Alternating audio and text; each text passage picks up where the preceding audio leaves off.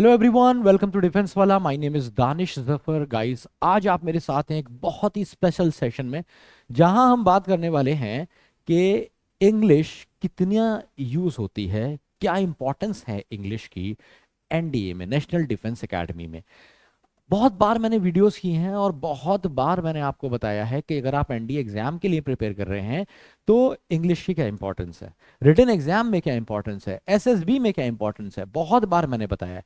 आज का मुद्दा इससे हटके है, अलग है। वो मुद्दा है कि एनडीए में अंग्रेजी की क्या छाप है और उसकी क्या जरूरत है और कितनी इंपॉर्टेंस है।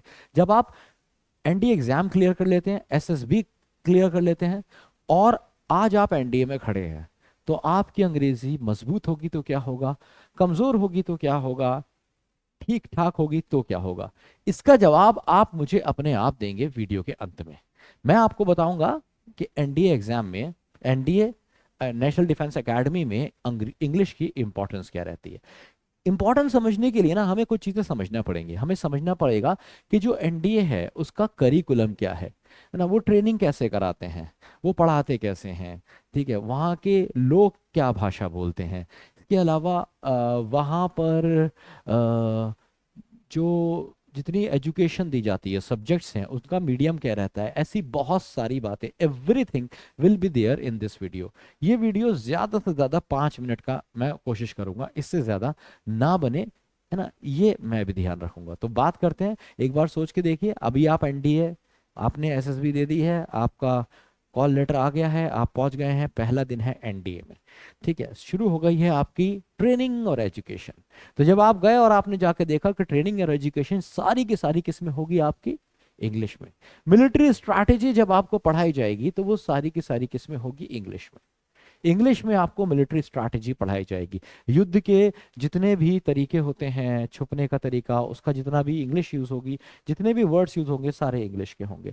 लीडरशिप स्किल्स जब आपको सिखाए जाएंगे, जो भी आपके पर्सनालिटी डेवलपमेंट की क्लासेस रहती हैं, वो सारी की सारी आपकी इंग्लिश की होंगी। इंटरपर्सनल स्किल्स जब आपको सिखाए जाएंगे, सारे आपको इंग्लिश में सिखाए जाएंगे।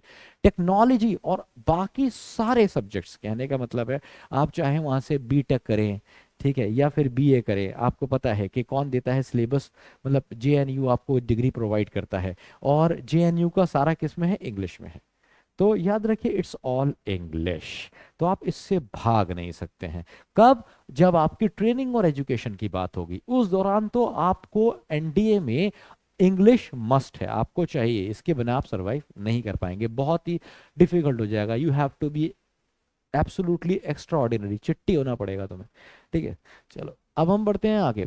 Cultural understanding and professional development, ये भी तो जरूरी है। कोई आ रहा है जम्मू कश्मीर से, कोई आसाम से है, कोई केरला से है, कोई अरुणाचल प्रदेश से है, कोई हरियाणा से है, कोई यूपी से है, और तुम पंजाब से हो। तो अब क्या होगा, कैसे समझोगे एक दूसरे को? There should be something in common and that common thing is English. सब इंग्लिश का पेपर देके आए हैं, सब एसएसबी देके आए हैं, सबको इंग्लिश आती है। और इसमें ये इसलिए, जितना सोशल इंटरेक्शन करोगे, जितना कोलैबोरेशन करोगे, आपस में जो टास्क परफॉर्म करोगे, एक दूसरे को अपनी बातें जब शेयर करोगे, it should all B in English, वो सारी इंग्लिश में होनी है, ठीक है। एकेडमिक रिसर्च रिपोर्ट्स, जितनी रिपोर्ट्स तुम्हें दी जाएंगी पढ़ने के लिए या बनाने के लिए, एकेडमिक रिसर्च अगर तुम कर रहे हो या किसी रिसर्च का पार्ट हो, किसी रिसर्च को पढ़ भी रहे हो, that has to be in English, ठीक है। तो एनडीए में सब इंग्लिश चलता है।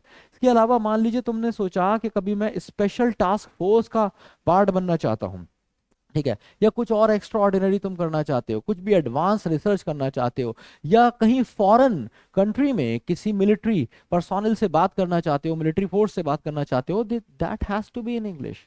जितने एडवांस कोर्सेज होंगे इंटरनेशनल मिलिट्री इंस्टीट्यूशंस में, आगे जाके तुम और निपुण होना चाहते हो, then it has to be in English, ठीक है। फॉरेन मिलिट्री फोर्सेस से कम्युनिकेशन सारा इंग्लिश में होना है। तो पहली चीज तो है एजुकेशन, ट्रेनिंग इंग्लिश में होगी। कल्चरल अंडरस्टैंडिंग के लिए एकेडमी में, और साथ ही साथ अपने खुद के प्रोफेशनल डेवलपमेंट के लिए, एक बेहतरीन फौजी बनने के लिए अंग्रेजी और जरूरी हो जाती है, ठीक है। तीसरी और सबसे इंपॉर्टेंट चीज है, भाई बड़ों की भी तो सुनोगे, तुम्हारे जो सीनियर्स होंगे, ट्रेनर्स होंगे, वो तुम्हें सारी कमांड्स, सारे इंस्ट्रक्शंस किस में देंगे? इंग्लिश में देंगे। जितने ऑर्डर्स आएंगे, जितने डायरेक्टिव्स आएंगे तुम्हारे पास, जितनी चिट्ठियां आएंगी जो तुम्हें पढ़नी होंगी, लेटर्स जो तुम्हें आएंगे, जो तुम्हें मेल आएंगे तुम्हारे तुम्हारी डोमेन से, वो सारे के सारे इंग्लिश में होंगे और तुम्हें इंग्लिश में ही कम्युनिकेट करना होगा।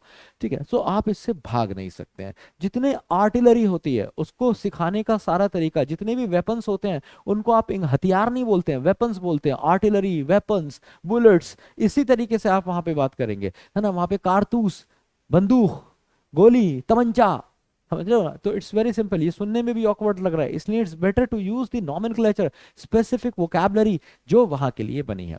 तो अब मुझे ये तो उम्मीद है आपसे कि ये तो आपको एकदम क्लियर हो गया होगा कि ऑर्डर्स, इंस्ट्रक्शंस, कमांड, ये सारा अंग्रेजी में होना है। ठीक है, जितने सब्जेक्ट्स हैं वो सारे इंग्लिश में पढ़ाए जाएंगे, सब कुछ अंग्रेजी में होना है।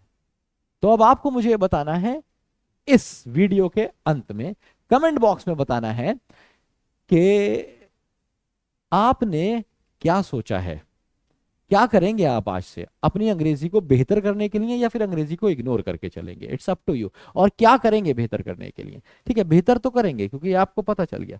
ठीक है, दूसरी चीज, अगर आप इस तरह की वीडियो आपको पसंद आती हैं, अगर आप चाहते हैं कि ऐसी मैं वीडियो और बनाऊं, तो मुझे जरूर बताइएगा कि ये वीडियो आपको कैसी लगी। ये भी आपको कमेंट बॉक्स में बताना है। ये हमारा ऑफिशियल टेलीग्राम ग्रुप है, इसमें बहुत सारे क्वेश्चंस वगैरह हम डालते रहते हैं, वीडियोस के बारे में इंफॉर्मेशन और भी बहुत कुछ अपलोड होता रहता है ना। अगर आपकी इच्छा, श्रद्धा, पूजा अर्चना मन करे तो आप इसमें आ सकते हैं, पढ़ाई कर सकते हैं, कॉन्टेंट ले सकते हैं। ठीक है, तो मैं मिलता हूं अब आपसे अपनी अगली क्लास में। 2 होमवर्क मैंने आपको दिया है, प्लीज ये सुन लीजिएगा। पहला क्या है, ये जरूर बताइएगा कि ये वीडियो आपको कैसी लगी। साथ ही साथ इसमें एक और मजेदार चीज आपको बतानी है कि इस वीडियो को देखने के बाद आपकी अप्रोच इंग्लिश को लेके क्या रहेगी। ठीक है, इस वीडियो को देखने के बाद आपकी अप्रोच इंग्लिश को लेके क्या रहेगी और ये वीडियो आपको कैसी लगी। मिलता हूं आपसे अपनी अगली क्लास में।